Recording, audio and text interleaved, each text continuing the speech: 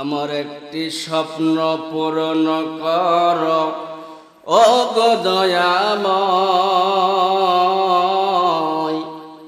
তোমার পথে চলতে গিয়া না পাই যেন ভয় আমি, তোমার পথে চলতে গিয়া না পাই যেন ভয়। আমার একটি স্বপ্ন পূরণ কর ও গো দয়াময়।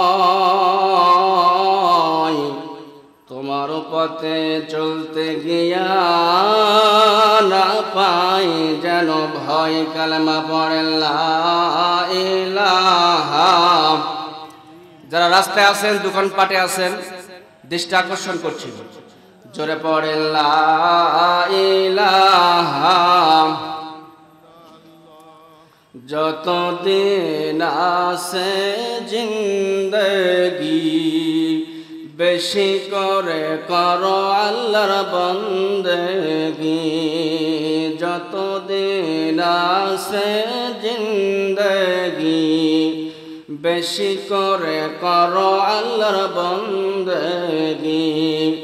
জিন্দগি ফুরালে পারবে না তুমি, জিন্দগি ফুরালে পারবে না তুমি। আল্লাহ নামের জিকির পড়েন লা ইলাহা। ভাইরা আমার, বন্ধুরা আমার, আজকের মাহফিলটা এই জায়গাটাকে জাহান্নামের বাগান বলা হয়। অনেকের মধ্যে সন্দেহ আছে না নাই? সন্দেহ থাকলে আপনার ঈমান থাকবে না। দৃষ্টান্ত দিলে বুঝবেন। ওই যে বালুডাঙ্গা বাস স্ট্যান্ড নওগাঁ, চিনেন কিনা? সবাই চিনেন তো? এই বালুডাঙ্গা বাস স্ট্যান্ডে রাজশাহীর বাস আছে, নিয়ামতপুরের বাস আছে, সাপাহারের বাস আছে, নজিপুরের বাস আছে। এই বাসের হেল্পাররা ডাকতেছে রাজশাহী রাজশাহী বলে, কেউ ডাকতেছে নিয়ামতপুর নিয়ামতপুর বলে, কেউ ডাকতেছে সাপাহার সাপাহার বলে। বলেন ঠিক কিনা? আচ্ছা বলেন তো, নওগাঁ বালুডাঙ্গা বাস স্ট্যান্ড ওই জায়গায় রাজশাহী নাকি? ওটা কি সাপাহার নাকি? ওটা কি নজিপুর নাকি? ওটা কি নিয়ামতপুর নাকি? ওটা হলো নওগাঁ বালুডাঙ্গা বাস স্ট্যান্ড। ওই হেল্পার বোঝাতে চায় এটাই, তোমরা যদি আমার এই বাসে ওঠো, আমার এই বাসটা তোমাকে নিশ্চিন্তে নির্দ্বিধায় তোমাকে সুন্দর করে রাজশাহী পৌঁছে দিবে। বলেন ঠিক কিনা? তোমরা যদি সাপাহার যেতে চাও, আমার এই বাসে তোমরা ওঠো, আমার এই বাস তোমাকে সাপাহার পৌঁছিয়ে দিবে। তোমরা যদি নিয়ামতপুর যেতে চাও, আমার এই বাসে তোমরা ওঠো, আমার এই বাসটা তোমাকে নিয়ামতপুর সুন্দর করে পৌঁছে দিবে। ও আমার ভাইয়েরা, আমরা বলি যেই জায়গায় আল্লাহর কোরআন তেলাওয়াত করা হয়, কোরআনের আলোচনা করা হয়, ওই জায়গায় আল্লাহ রব্বুল আলামিন এই জায়গাকে বলা হয় জান্নাতের বাগিচা, জান্নাতের টুকরা। এই জিনিসটা বলতে যাই, এই জিনিসটা আমরা বলি, এই জায়গায় যে কোরআনের কথাগুলো আলোচনা করা হবে, হাদিস থেকে আলোচনা করা হবে, এই কোরআনের কথা হাদিসের কথাগুলো আমরা মেনে চলতে পারি, তাহলে এই মাহফিলটা আমাদেরকে জান্নাতে নিয়ে যায়। বলেন ঠিক কিনা? এখানে যে আলোচনাগুলো হবে, এই আলোচনাগুলো যদি আমরা আমাদের বাস্তব জীবনে আমল করতে পারি, তাহলে এর মাধ্যমে আমরা জান্নাতে চলে যাব। বলেন ঠিক কিনা? এই জন্য ভাইরা বলা হয় যে এইখানে আল্লাহর কুরআন কারীম তেলাওয়াত করা হয়, রাসূলের হাদিসগুলো আলোচনা করা হয়, ওই জায়গাটা হলো জান্নাতের টুকরা। বলেন ঠিক কিনা? জান্নাতের বাগান। এই জান্নাতে বাগানে সকলে আসতে পারে না। আবার ভাইয়েরা, যাদেরকে আল্লাহ পাক রব্বুল আলামিন কবুল করেন, তারাই কেবলমাত্র এইরকম পরিবেশে আসতে পারে। বলেন ঠিক কিনা? সবাই কিন্তু আসতে পারবে না। আমার ভাইয়েরা, এই কুরআন কারীম যখন ঈমানদারদের সামনে তেলাওয়াত করা হবে, তখন ঈমানদারদের ঈমানটা আল্লাহ পাক বৃদ্ধি করে দিবেন। বলেন সুবহানাল্লাহ। আল্লাহ পাক রব্বুল আলামিন বলেন, ওয়া ইযা তুলিয়াত আলাইহিম আয়াতুহু যাদাতুহুম ঈমানা। মুমিনের সামনে যখন আল্লাহর কথাগুলো বলা হবে, ওদের ঈমানটা যা ছিল তার চাইতে বৃদ্ধি পেয়ে যায়। বলেন সুবহানাল্লাহ। তাহলে ঈমান বৃদ্ধির একটা অন্যতম জায়গা হলো আজকের এই ইসলামের মাহফিল। বলেন ঠিক কিনা? আর এই মাহফিলে যখন আল্লাহর কোরআনের হক কথাগুলো বলা হবে, যারা মুনাফিক, যারা ইসলামকে স্বীকার করে না, যারা কাফের, এই কোরআনের হক কথাগুলো বললে ওদের অন্তরে কলিজার মধ্যে আগুন ধরে যায়।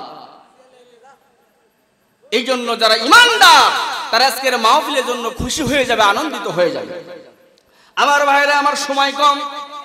আজকে যে আয়াত তেলাওয়াত করেছেন আল্লাহ পাক বলেন, ইয়া আইয়ুহাল্লাযীনা আমানু লা তাত্তাখিযুল কাফিরিনা আউলিয়া মিন দুনিল মুমিনিন। আল্লাহু আকবার। আল্লাহ পাক রব্বুল আলামিন ঈমানদারদের ডাক দিয়ে বলতেছেন, হে ঈমানদারেরা, হে বিশ্বাসীরা, তোমরা মুমিনদেরকে বাদ দিয়ে কাফিরদেরকে বন্ধুরূপে গ্রহণ করো না। তোমরা বন্ধু হিসাবে গ্রহণ করো যারা ঈমানদার মুত্তাকি তাদেরকে। বলেন ঠিক কিনা? আল্লাহ পাক ঈমানদারদের ডাক দিয়ে বলছেন, হে ঈমানদারেরা, তোমরা মুমিনদেরকে বাদ দিয়ে ওই কাফির মুশরিকদেরকে তোমরা বন্ধু হিসেবে গ্রহণ করো না। আজকে আমরা কাকে বন্ধু হিসেবে স্থাপন করছি? আজকে আমরা মুসলমান, আমার বন্ধুত্ব হবে, সম্পর্ক হবে মুসলমানের সঙ্গে। বলেন ঠিক কিনা? কিন্তু আজকে মুসলমান হয়ে ওই ইহুদি, ওই খ্রিস্টানদের সঙ্গে আমার উঠা বসা, ওই খ্রিস্টানদের সঙ্গে আমার চাল চলন, আমার খাওয়া দাওয়া। আমাদের এলাকায় এমন মুসলমান আছে না নাই? আজকে আপনারা দেখেছেন, আজকে বাংলাদেশের রাজধানী ঢাকাতে মার্চ টু গাজা, সেখানে দল মত নির্বিশেষে বাংলার তাওহীদি জনতা ওই ইহুদি রাষ্ট্র ইসরায়েলের বিরুদ্ধে, ফিলিস্তিনের নির্যাতন যারা করছে তাদের বিরুদ্ধে বাংলার সমস্ত স্তরের মুসলমানেরা এর বিরুদ্ধে রুখে দাঁড়িয়েছে। বলেন ঠিক কিনা? আজকে আমার আপনার যদি ঈমান থাকে, ঈমানের পরিচয় দিই, তাহলে আমার আপনার এই ইসরায়েলের এই কর্মকাণ্ডের বিরুদ্ধে নিন্দা স্থাপন করার দরকার আছে না নাই? ভাইরা আমার, নিন্দা স্থাপন করতে হবে। আল্লাহ রাসূল বলেছেন, আল মুসলিমুনা কা জাসাদুন ওয়াহিদ। সমস্ত মুসলমান হলো একটা বডির মতো। বলেন আলহামদুলিল্লাহ। একটা দেহে যেমন কোনো জায়গায় কাটা যদি বিদ্ধ হয়ে যায়, তাহলে সমস্ত শরীরটা ব্যথা অনুভব করে, শরীরটা বুঝতে পারে কোথায় যেন আমাকে ব্যথা লেগেছে। বলেন ঠিক কিনা? আল্লাহ রাসূল বলেছেন, এই গোটা পৃথিবীটা হলো যারা মুসলমান একটা দেহের মতো। মানুষের দেহে যেমন কোনো জায়গায় আক্রান্ত হলে, আঘাত পেলে গোটা শরীর যেমন ব্যথা অনুভব হয়ে যায়, এই গোটা বিশ্বের মুসলমানদের মধ্যে কোনো এক জায়গায় যদি কোনো মুসলমান আঘাতপ্রাপ্ত হয়, নির্যাতিত হয়, আর আপনার গায়ে যদি আপনার দিলের মধ্যে কোনো অনুশোচনার সৃষ্টি না হয়, এই আক্রান্ত হওয়ার কারণে আমার মুসলমান ভাইদেরকে যারা নির্যাতন করেন, এর বিরুদ্ধে যদি আমি আর আপনার কোনো সোচ্চার ভূমিকা পালন না করা হয়, বুঝতে হবে আমার আপনার ঈমানের সমস্যা আছে। বলেন ঠিক কিনা?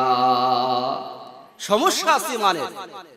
আল্লাহ রাসূল বলেছেন, আল মুসলিমুনা কা জাসাদুন ওয়াহিদ। সমস্ত মুসলমান একটা বডির মতো। বলেন সুবহানাল্লাহ।